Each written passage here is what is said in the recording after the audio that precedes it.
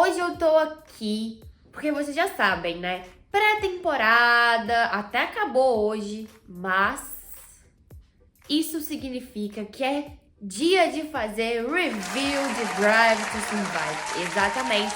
A sexta temporada tá no ar. Eu já assisti, maratonei tudo pra poder conversar um pouquinho com vocês. E já deixo aqui um grande aviso. Pode conter spoilers neste vídeo. Então, se você não quer saber, eu sugiro que você... Eu ia falar pra você não assistir até o final, mas eu quero que você fique aqui comigo. Mas aí, qualquer coisa, você bota aqui, ó, mãozinha no ouvido e vamos embora. Não! Eu assisti a sexta temporada de Drive to Survive. Inclusive, eu tive o privilégio de assistir ao primeiro episódio, ao convite da Netflix, lá no estúdio da Netflix, né, no escritório da Netflix. Muito legal, muito bacana. Então, deixo aqui o meu agradecimento pro pessoal da Netflix pelo convite. Foi uma manhã muito legal. Mas vamos ao que interessa, né? A sexta temporada, ela retrata a temporada de 2023, porque a gente ainda fica meio confuso, né? Mesmo já estamos na sexta. Eu ainda me perco um pouco em relação ao que fala cada uma das temporadas, mas fala sobre a sexta temporada de Drive to Survive, Verstappen tricampeão mundial e tudo aquilo. Então, eu vou fazer o seguinte, eu vou falar primeiro os pontos positivos da temporada.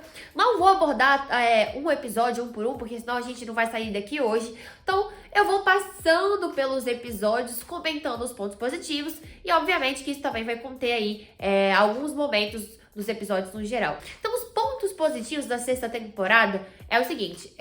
A Netflix, mais uma vez, tem acesso a bastidores incríveis na temporada de 2023. E eu acho que o principal tem 3 momentos, assim, desses bastidores que são muito interessantes de a gente assistir. O primeiro deles já vem logo no segundo episódio, que é quando o Daniel Ricciardo vai fazer o teste em Silverstone, né? Aqueles testes de pneus da Pirelli. Só tinha a galera da Red Bull e a Netflix. E não tinha mais ninguém ali, não tinha repórter, não tinha imprensa, não tinha nada. E eles têm esse acesso, então eles pegam em primeira mão a reação do Daniel Ricciardo ao saber, né, que ele voltaria para a Fórmula 1, voltaria ao grid. Mostra como o Christian Horner, né, chamou ele para ser o terceiro piloto, como o Nick De Vries não estava indo muito bem, mas o ponto alto mesmo é esse teste, que é quando ele recebe a notícia em primeira mão ali, aquela reação dele ao descobrir que ele ia assumir o assento na AlphaTauri. Então, assim, é muito interessante porque era um momento muito privado e era um momento chave para Red Bull / AlphaTauri na temporada, e aí eles têm esse acesso, então deixa o episódio muito rico. Salve, galera que tá assistindo a gente aqui. A gente sabia, né? A gente viu que esse teste aconteceu, a gente tinha noção desse teste, mas não tinha noção do quão realmente ele tinha ido bem na pista, o desempenho dele e o tanto que isso influenciou a decisão da Red Bull. Outra questão de bastidor que me deixa que é bem interessante pra gente, pra quem curte mais esse lado, né, além da narrativa em volta das histórias que a gente vê no grid, acontece tanto na McLaren quanto na Mercedes. A McLaren acompanha o Zac Brown ali e aí o Lando Norris mais de perto, porque o Norris ainda estava ali naquela de ter sondado pela Red Bull. O Christian Horner faz ali o flerte com o Norris muito aberto, deixa muito evidente que ele sim tem interesse em contar com o Lando Norris talvez no futuro. E assim, a McLaren com aquele começo desastroso, os patrocinadores fazendo muita pressão. Tem uma cena pra mim que ela mostra muito como tava difícil pra McLaren, que é quando o Zac Brown se reúne com os 3 principais ali, os donos, né, das 3 principais marcas que fazem patrocínio pra McLaren, e eles perguntam pra ele: e aí, meu chapa, como é que vai ser? Vai continuar essa porcaria ou vamos melhorar? Porque se continuar essa porcaria, a gente não vai botar mais dinheiro na mesa. Caracas!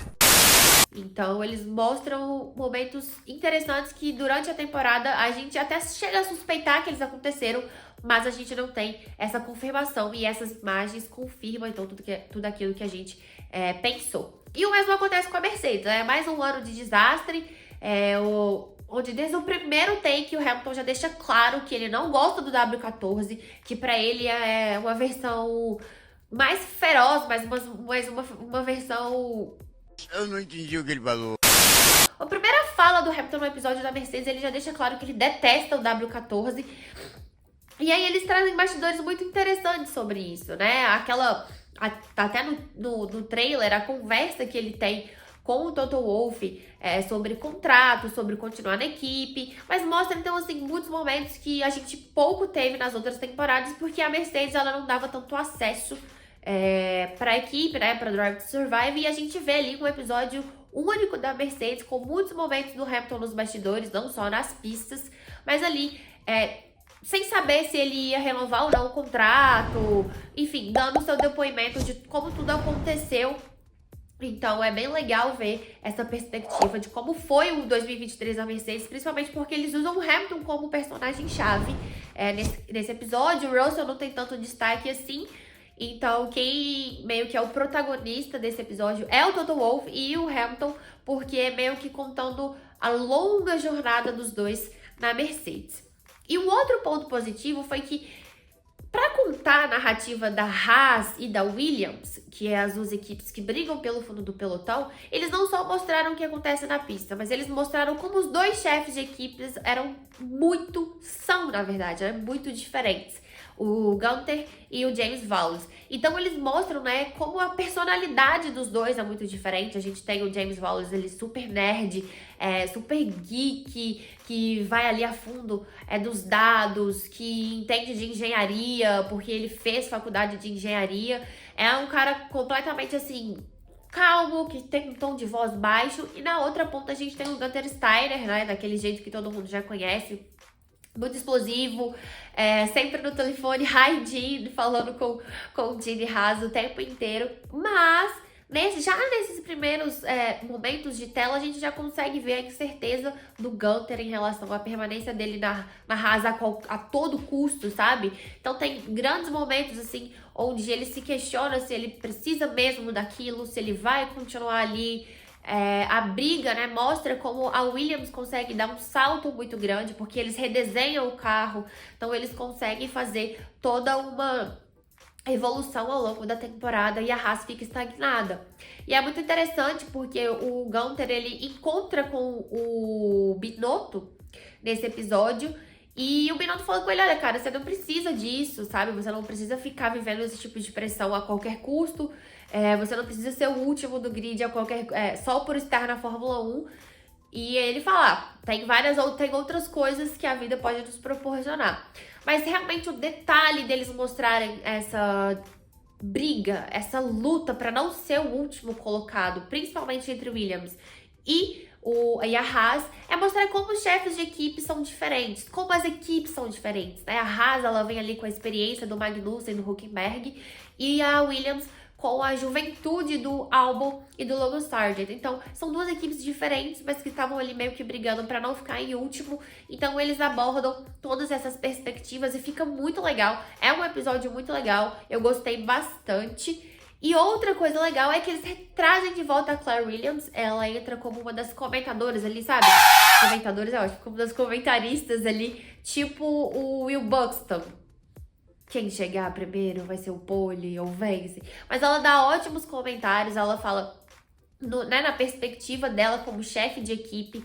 Então é muito interessante de assistir e ter essa personagem nova na história. E a abordagem, falando ainda sobre a abordagem, também gostei muito da abordagem do episódio Guerra Civil, que é sobre a Alpine e toda a tensão que existe entre o Pierre Gasly e o Esteban Ocon. Todo mundo sabe, né, que existe uma animosidade gigantesca entre os dois.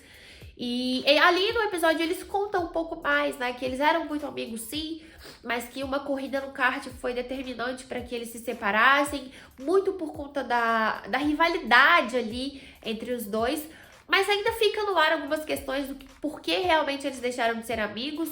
O Gasly, ele mesmo fala que ele deu várias e várias oportunidades pro Ocon para fazer a amizade deles funcionarem de novo, mas o Ocon desperdiçou. O Ocon fala que não ia comentar muito porque tinha muita coisa pessoal envolvida.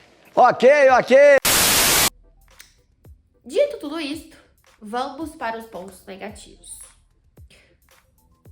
Max Verstappen volta para Drive to Survive na temporada passada. 2023 ele tem um ano perfeito e o Pérez tem uma temporada muito instável. E o que eles fazem? Não fazem um episódio sobre a Red Bull. Ok? Que eles não focam, né, na equipe que é a vencedora, na equipe ali que tá liderando o campeonato, que vence o campeonato. Mas eu acho que faltou um pouco de Red Bull. A Red Bull é muito representada pelo Christian Horner e aparece mesmo ali na questão AlphaTauri, mas a Red Bull Racing não tem um episódio pra ela. Não mostra como os dois lados da garagem da Red Bull eram extremamente diferentes ao longo da temporada. E eu acho que ficou faltando. Era um enredo que as pessoas queriam saber, queriam ver como é que tava a cabeça do Pérez, como é que tava ali, né? Como é que foi o ano dele, um ano tão inconstante. Então eu senti falta de um episódio ali relacionado principalmente a Red Bull. E se não teve Red Bull, teve Alpine demais. Foram 2 episódios para Alpine, um para falar sobre o Gasly e o Ocon e um para falar sobre o Otmar Zafnauer, que foi demitido e tudo mais. Mas eu acho que dava para colocar tudo num só, acho que não precisava de 2 episódios para Alpine, porque principalmente o começo do segundo episódio destinado para Alpine é muito repetitivo. Então, assim, eles meio que falam as mesmas coisas, aparecem os mesmos personagens, então fica uma história muito chata de se assistir, porque é quase a mesma coisa. E aí o único diferencial é o Otmar sendo demitido, que a Netflix consegue capturar ali a conversa, né, de quando decidem demitir ele. Mas, assim, acho que era dispensável um segundo episódio sobre a Alpine, até porque, na minha opinião, a Alpine fez uma temporada bem mais ou menos.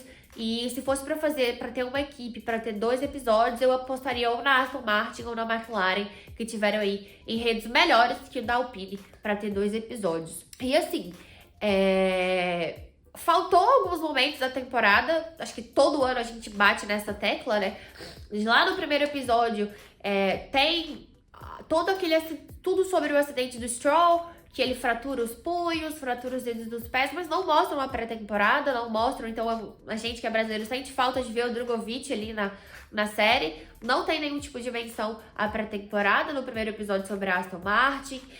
Sinto falta do GP do Brasil, porque foi um GP importante para a briga ali em McLaren e Aston Martin, porque a Aston Martin vai bem, o Fernando Alonso daquele show de pilotagem diante do Sérgio Pérez. Então, o que faz com que essa corrida poderia entrar em 2 episódios, por exemplo, né? Se eles fizessem um para Red Bull e fizessem um outro para Aston Martin. Senti falta de Austin, porque acho que Austin na briga Ferrari-Mercedes foi importante, porque teve a desclassificação do Hamilton e do Leclerc. E eles focam, né, no último episódio, na batalha pelo segundo lugar entre Mercedes e Ferrari. Então eu senti que Austin podia ter entrado nessa temporada também, porque foi uma corrida que teve ali um elemento a mais e que isso faria diferença. E agora, pontos que eu acho que eles meio que ficaram vendidos, no caso, rendidos pelo que aconteceu, o que está acontecendo no começo desse ano. O primeiro deles é o Hamilton no episódio da Mercedes, toda aquela coisa de renova ou não renova, mas vou ficar porque a Mercedes é minha família, o Toto Wolff falando que o vermelho não combinava com ele, e a gente sabe que, né, que ele vai sim pra Ferrari e que o ano que vem ele vai correr com a cor da Ferrari. Então fica meio assim, você vê ele falando de lealdade à Mercedes, ele fala que a Mercedes é a família dele, o Toto falando que ele não quer nenhum outro piloto a não ser o Hamilton ali, e a gente sabe que isso não vai durar, né, mas acaba no fim desse ano, então a gente fica meio coçando assim a cabeça, porque tudo que tá falado ali caiu por terra já no começo desse ano. E um segundo ponto, com tudo isso, né, com todas essas questões envolvendo o Christian Horner e a investigação na Red Bull, algumas pessoas podem se incomodar porque ele tem muito tempo de tela, ele é um dos personagens principais, ele fala muito, e não só no episódio que envolve as equipes dele, mas em outros ele também dá bastante pitaco, eles colocam bastante ele pra falar ali, mas pra mim uma das cenas mais bizarras, assim, que se não tivesse acontecendo o que tá acontecendo agora, passaria super batido, mas é quando eles estão na casa do Christian Horner, é época de Natal, e aí uma pessoa fantasiada de Papai Noel pergunta pra filha dele, e aí, o papai se comportou bem nesse ano? Então, com tudo que tá acontecendo, ficou esquisito essa cena, ficou esquisito manter isso, mas imagino que, já com tudo pronto, enfim, eles não iam conseguir fazer nenhum tipo de alteração. Mas gera um tipo de incômodo, um certo desconforto nisso aí, a gente sabendo a realidade do que tá acontecendo ali na Red Bull. Então eu acho que foram esses os pontos que eu trouxe de positivo, de negativo. E espero que vocês, então, assistam aí a temporada, tenham gostado do review. Se vocês acham que ficou faltando alguma coisa, deixe aqui nos comentários, se inscreva no canal, não deixe, né, de ativar as notificações. Considere fazer parte do nosso clube de membros, porque a gente tem lives exclusivas com o Rico Penteado para os membros hard. Também nos acompanhe nas redes sociais, a gente tá em todo lugar que você imaginar, no TikTok, no Instagram, no Twitter, no Facebook e nos canais do WhatsApp. E eu volto numa próxima oportunidade. Tchau, tchau!